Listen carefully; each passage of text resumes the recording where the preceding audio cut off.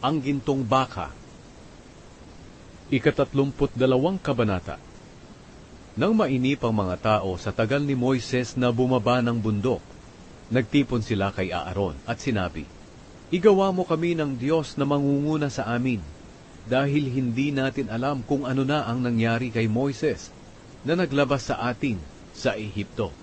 Sumagot si Aaron, "Kunin niyo ang mga hikaw na ginto na suot ng mga asawa at anak ninyo, at dalhin ninyo sa akin." Kaya kinuha nilang lahat ang gintong mga hikaw at dinala ito kay Aaron. Tinipon ni Aaron ang mga ito, tinunaw at hinugis na baka. Sinabi ng mga Israelita, "Ito ang Diyos natin na naglabas sa atin sa Ehipto." Pagkakita ni Aaron na sumaya ang mga tao, nagpagawa siya ng altar sa harap ng baka at ipinaalam sa kanila, "Bukas, magdaraos tayo ng pista para sa karangalan ng Panginoon." Kaya kinaumagahan, maagang bumangon ang mga tao at nag-alay ng mga handog na sinusunog at handog para sa mabuting relasyon. Kumain sila at uminom at nilubos ang pagsasaya sa pagsamba sa Diyos-Diyosan. Sinabi ng Panginoon kay Moises, "Bumaba ka na dahil nagpapakasama ang mga kababayan mo na inilabas mo sa Ehipto. Napakadali nilang tumalikod sa mga itinuro ko sa kanila." Gumawa sila ng Diyos-Diyosang baka at sinamba nila ito. Naghandog ang mga Israelita sa Diyos-Diyosang ito at sinabi, "Ito ang Diyos natin na naglabas sa atin sa Ehipto."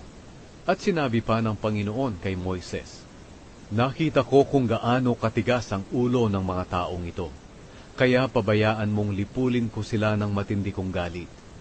Ikaw na lang at ang mga angkan mo ang gagawin kong dakilang bansa." Pero nagmakaawa si Moises sa Panginoon na kaniyang Diyos. "O Panginoon, bakit po ninyo ipapalasap ang galit nyo sa inyong mga mamamayang inilabas ninyo sa Ehipto, sa pamamagitan ng dakila niyong kapangyarihan? Ano na lang po ang sasabihin ng mga Ehipsyo? Na kinuha po ninyo ang inyong mga mamamayan sa Ehipto para patayin sa kabundukan at mawala sila sa mundo? O Panginoon, huwag po ninyong ituloy ang matinding galit ninyo sa kanila. Huwag ninyo silang papatayin. Alalahanin po ninyo ang ipinangako niyo sa inyong lingkod na sina Abraham, Isaac at Jacob, na pararamihin ninyo ang lahi nila na kasindami ng bituin sa langit, at ibibigay ninyo sa lahi nila ang lahat ng lupaing ipinangako ninyo sa kanila. At magiging kanila ito magpakailanman. Kaya hindi na itinuloy ng Panginoon ang plano niyang pagpatay sa kanyang mga mamamayan. Bumaba si Moises ng bundok, nadala ang 2 malalapad na batong sinulatan ng mga utos ng Diyos. Nakasulat ang mga utos sa harap at likod ng bato. Ang Diyos mismo ang gumawa at sumulat nito. Nang marinig ni Josue ang kaguluhan ng mga tao, sinabi niya kay Moises, "Parang may ingay ng digmaan sa kampo."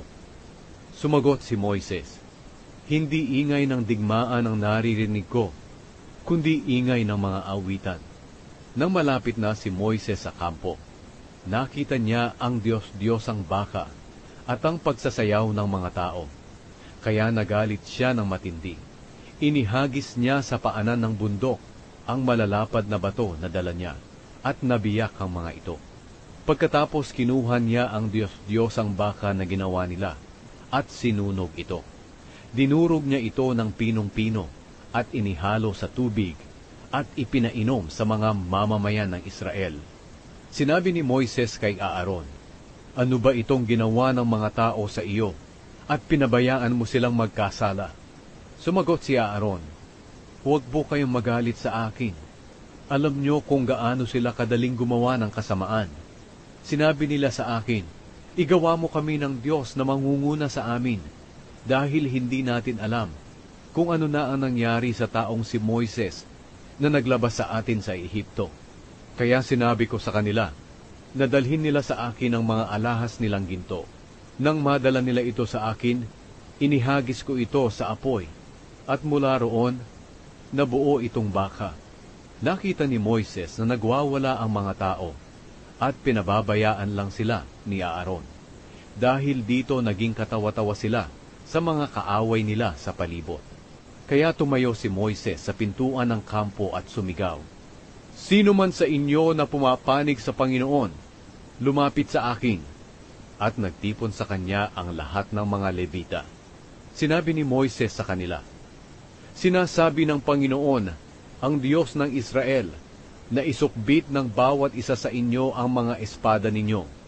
Libutin ninyo ang buong kampo, at patayin ninyo ang masasamang taong ito, kahit na kapatid pa ninyo, kaibigan o kapitbahay." Sinunod ng mga Levita ang iniutos sa kanila ni Moises, at ng araw na iyon, 3,000 ang taong namatay. Sinabi ni Moises sa mga Levita, "Ibinukod kayo ng Panginoon sa araw na ito, dahil pinagpapatay ninyo kahit mga anak ninyo at mga kapatid. Kaya binasbasan niya kayo sa araw na ito."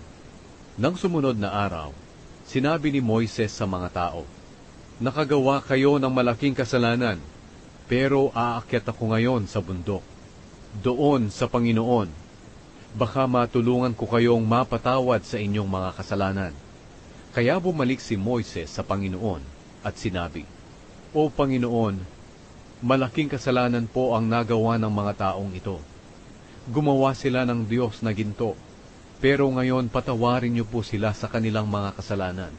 Kung hindi ninyo sila mapapatawad, burahin na lang ninyo ang aking pangalan sa aklat na sinulatan niyo ng pangalan ng inyong mga mamamayan." Sumagot ang Panginoon kay Moises, "Kung sino ang nagkasala sa akin, ang pangalan niya ang buburahin ko sa aklat ko. Lumakad ka na, at pangunahan ng mga tao papunta sa lugar na sinabi ko sa iyo, at pangungunahan kayo ng anghel ko. Pero darating ang panahon na parurusahan ko sila sa mga kasalanan nila." At nagpadala ang Panginoon ng mga karamdaman sa mga Israelita, dahil sinamba nila ang Diyos-Diyosang baka na ginawa ni Aaron.